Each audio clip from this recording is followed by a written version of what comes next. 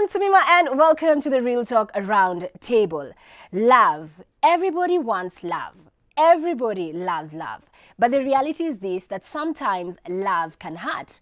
And when there's pain in love, you can either choose to walk through that pain and emerge on the other side victorious, or other times, when there's pain in love, it can lead to separations and divorce. Well, today on the show, we'll be talking about love, love lost, divorce, and of course, how do you move on? Welcome to the round table. Now, I have with me on the round table an interesting mix of men, and today it's just all about you guys. I want to hear from a man's perspective to understand, as a man, how do you move on when your relationship has failed, when you've been through divorce, and nevertheless, being through such a personal experience on a very public platform? I will introduce my guest. First up, I have on my right, Pastor Erick Omba, correct, who is a gospel music producer, and you are famously the ex-husband of Gloria Muliro.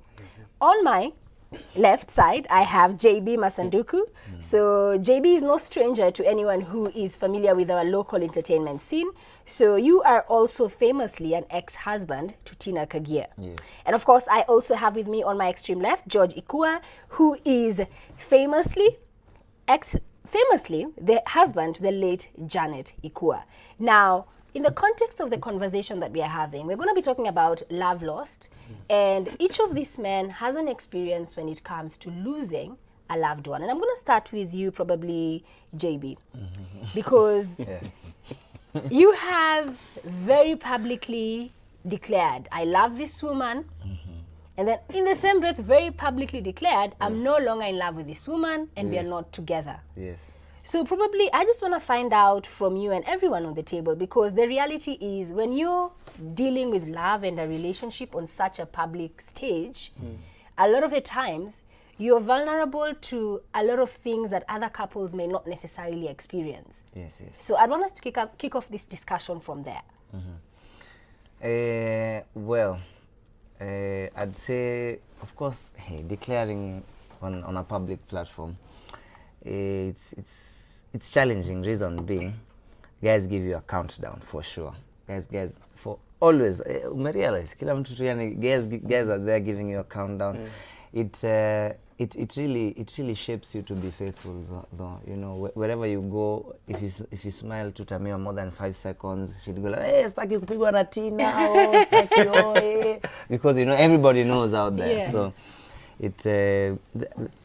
that way it's easier. But now the worst thing becomes when it's over. More often than not,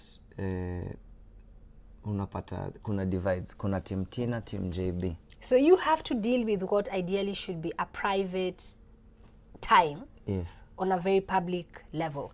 Yeah, I mean, you can't even, you can't argue, you know. You have to smile and wave out there, and at home you're not talking. For mine it was even worse because we were working together, we were hosting a show together.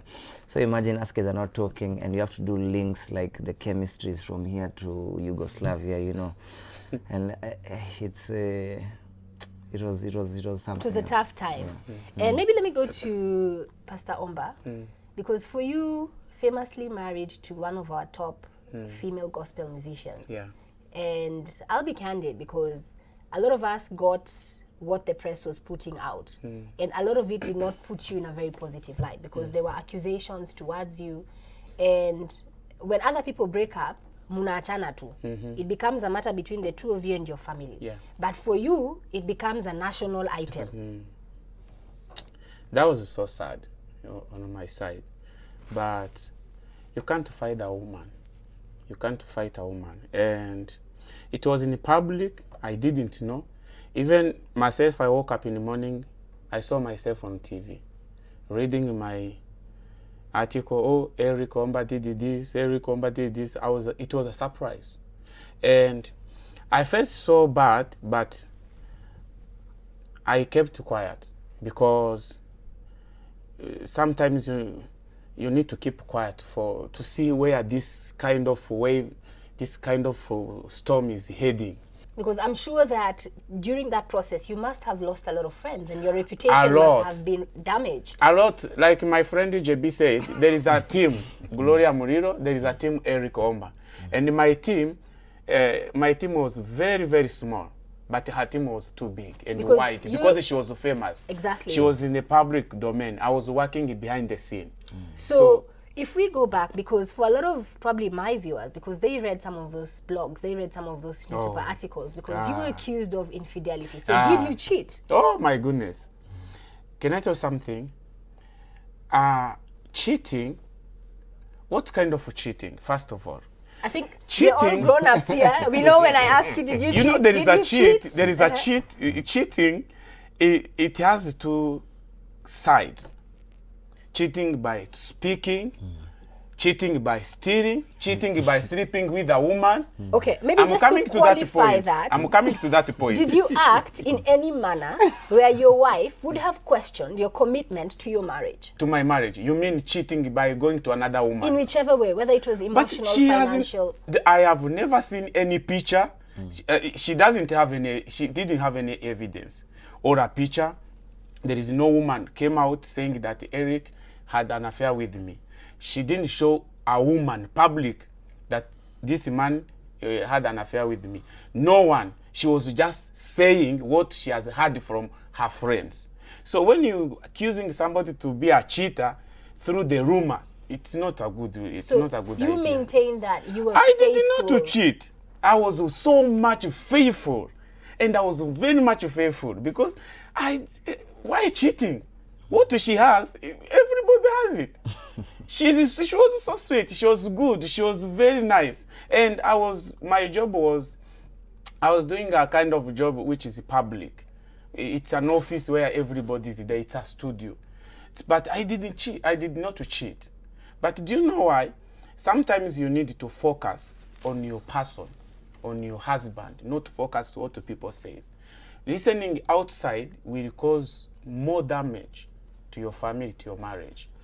You see? Listening outside what they say about you, what they speculate about you, oh, he did this, but yourself, you have no evidence. And let me come back to JB once more, because as well, you have been famously accused of being Of being. a cheater. Oh, no. Funny enough. There was infidelity in your relationship. No, funny enough, there was no infidelity. There was no infidelity, funny enough, yeah. So let me ask, because you're both saying there's no infidelity. So as men, and probably George, you could join in here, why is it that you guys feel so strongly there was no infidelity? Yes, if I brought the other person on the other side of the coin, if those women sat here next to me, I will be happy they would for be that. very like, he was lying, there was infidelity. So why do you think, like, when it comes to relationship, and now let's be honest, if you looked back at the person you were with, why is it you feel that you get to that level whereby I'm not doing whatever it is you're accusing me of doing, and still the person believes, wewe lazima uko na mwingine? Funny enough, go ahead.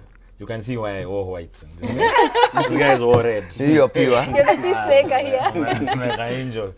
Anyway, no one is an angel. But I think let me take it a bit back, because what I know, when you're married to somebody who's a public figure, I think I dated Janet for 7 years. We're married 8 years. It's sort of 15 years in that space. First, my advice to the two men, those who come for your, as I was saying, those who come for your coronation are the same ones who come for your hanging. The ones who are cheering you are the ones who will pull you down. And so when you get married and when you get into these media spaces, one of the things that at the time we did was there's a wedding. In the wedding, there's you and your wife and a pastor at the front. Front line, And your God. parents. Front row, who are their parents. Next row, siblings. Next row, friends. Relatives. Yeah. Then The Get guests. crashers. Then get crashers. Who go nyuma. There were even waiters Yeah. who had nothing to do with you. There was a watchman. All these people were at the wedding. But if you notice, there was a gap between the audience, which was all these people, including your parents and you two. That is how a marriage should stay. Everyone else is in the audience, not you two. And if any one of you starts to listen to the audience, there's no more marriage. My experience in marriage, and I'm not saying I don't know whatever, but I really refuse to think that a rumor of an affair is justification to enter marriage. Because a marriage, Exactly. Yeah. to be honest, let me just say it, marriage is not about sex.